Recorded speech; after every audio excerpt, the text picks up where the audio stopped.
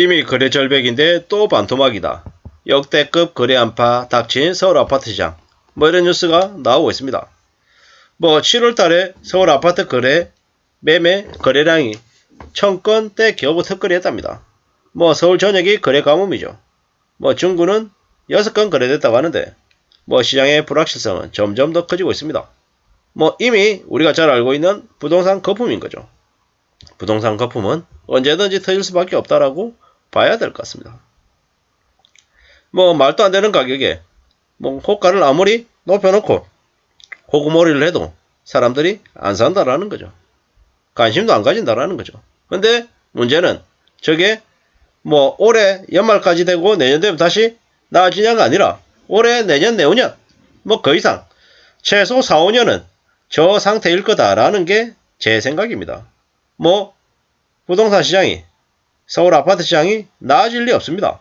지금처럼 중위값이 10억이 훌쩍 넘어가는데 누가 삽니까? 말이 안 되는 거죠. 저 부동산 거품은 네덜란드 튤립 거품하고 똑같다라고 저는 봅니다. 언젠가 터질 폭탄이라는 거죠. 뻔한 조작과 사기가 그동안에 있었습니다. 2020년, 2021년 그동안에 실거래가 시스템을 악용한 허위 거래가 무려 19만 건이었습니다. 거래 자체가 200만 건 중에서 19%면 거의 10%가 가짜였다라는 거죠. 퍼센테이지가 적으니까 별로 영향 안 미치겠지. 이게 아니라 그 가짜 허위 거래를 통해서 가격을 뻥튀기 해놓고 실제로 구매하는 사람들에게 엄청나게 덤탱이를 씌웠다라고 보는 게 맞겠습니다. 분양만 받으면 프리미엄으로 몇 억을 번다고 하고 집 사놓기만 하면 1억 2억이 그냥 올랐다는데 보통 사람들이 일할 맛이 나겠습니까? 언론에서는 벼락 거지라고 얘기하고 가만히 있으면 아무 짓 안 하고 있으면 너 거지 된다. 손해본다 이러는데 그런 말에 움찔해가지고 비싸 들고 집을 산 사람들이 앞으로 어떻게 되겠습니까? 큰일 나는 거죠.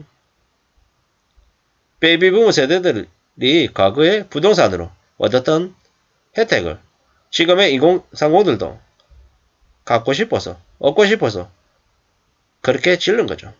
경제적인 자유 운운하면서 투기에 빠진 이들이 대거 넘어갔다라는 겁니다. 미친 아파트 가격이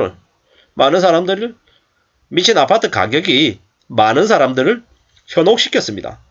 마곡의 25평이 10억이라 그러고 다산도 10억이라 그러고 동탄도 10억이라 그러고 다 10억이랍니다.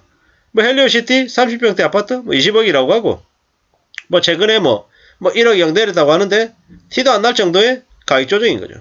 말만 하면 10억 20억이고 강남의 주요 지역은 30억 40억 얘기하고 50억 얘기하는 데도 있고 너무 비싸니까 현실하고 동떨어져 있으니까 그냥 그런가 보다라고 얘기하고 하는 거죠.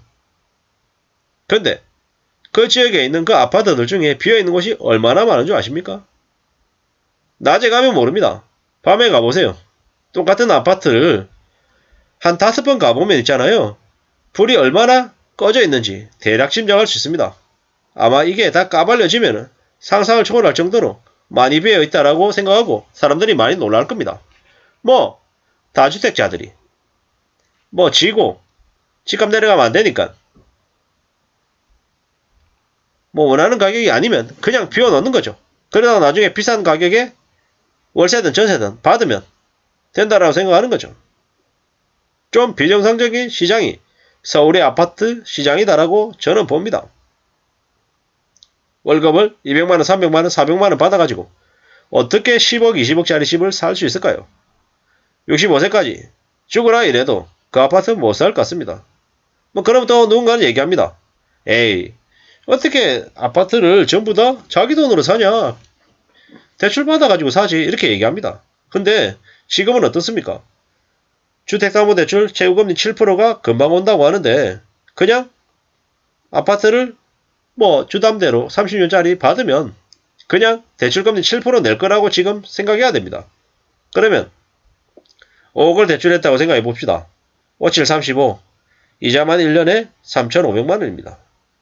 대략 월 300만원 내는 꼴입니다. 감당할 수 있겠습니까? 월 300만원 대출이자 감당하고 지낼 수 있는 사람이 몇이나 됩니까? 그렇게 되면 이게 가능한 얘기일까? 뭐 생각해보면, 뭐 물론 제가 말씀드렸던 거는 뭐 30년 상환하고 뭐 원리금 뭐 이렇게 하면은 뭐 좀 금액은 실질적으로 부담하는 금액은 조금 달라질 수 있습니다. 근데 저 대략적인 이제 의미를 느낌을 말씀드리는 거니까 그렇게 이해하시면 좋을 것 같습니다. 5억짜리 대출을 30년 해가지고 뭐 7% 이러면 모르긴 몰라도 부담해야 되는 이자가 원리금이 뭐 300만 원 가까이 될 겁니다. 300만 원. 힘들다라는 얘기인 거죠.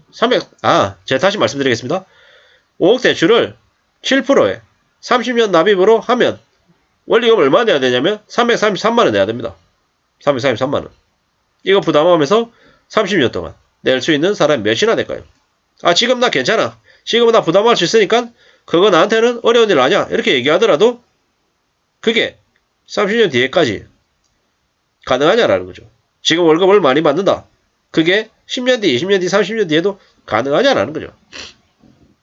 일본의 경우를 보면 뭐 대기업의 부장이에요. 뭐 월급이 한 1,000만 원 됐어요. 그래서 4억 중반에 단독주택을 샀단 말이에요. 30년 납입으로. 그것도 처음에는 한 3년, 5년은 돈 조금만 내고 나중에는 점점 이렇게 부담이 늘어지는 형태로 설계해가지고 대출을 냈어요. 왜? 부장에서 이사로 상무로 승진해가지고 임원돼가지고 월급이 더 올라갈 계산을 다 하고 낸 거죠. 근데 살다 보니까 자기 회사에서 나가라 그러고 자회사로 옮기라 그러고 자회사에서도 좀 지난 다음에 나와줬으면 좋겠고 하니까 내몰리니까 어떻게 됐습니까? 뭐 사업해야 된다고 여기저기 뛰어다니다 보니까 집에 돈을 갖다 주기는커녕 돈을 빌려야 되는 상황이 생기고 그러다 보니까는 주택담보대출을 받았던 그 대출이 알고 봤더니 안 갚아져 있고 뭐 줄어들긴 했지만 생각만큼 별로 안 줄어있고 한 20년 지나서 봤더니 집값은 또 폭락해가지고 말도 안 되는 가격으로 되어 있고 감가상각이 계산했더니 너무 낮은 가격에 되어 있어서 저거 팔아가지고 처분하기도 힘들고 나는 건강은 안 좋아지고 언제까지 일해야 될지 모르겠고 이런 암담한 현실들이 벌어졌던 거죠.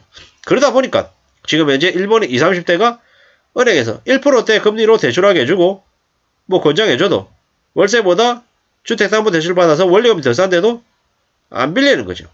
집을 안 사는 거죠. 근데 그들이 어리석다고 누가 얘기합니까? 지금 한국 사람들의 인식으로 봤을 때는 그런 일본 사람들의 행동이 이해가 안 되죠. 근데 그들은 1990년 초반 잃어버린 30년을 겪었죠. 그들이 그렇게 집을 사지 않고 월세로 사는 게 현명하다라는 걸 이제 알았던 거죠. 뭐 우리가 딱 그렇게 된다? 딱 그렇지는 않겠지만 그들의 모습을 보면서 잘 생각해야 되는 거죠. 65세까지 죽어라 이래서 아파트 산다. 못 사죠. 그리고 뭐 이래저래 잘 생각해 볼 필요가 있다는 거죠. 일본의 타마 뉴타운이 부동산 버블이 꺼지고 입주 보유가 늘어서 빈집 사태가 심각해졌던 거.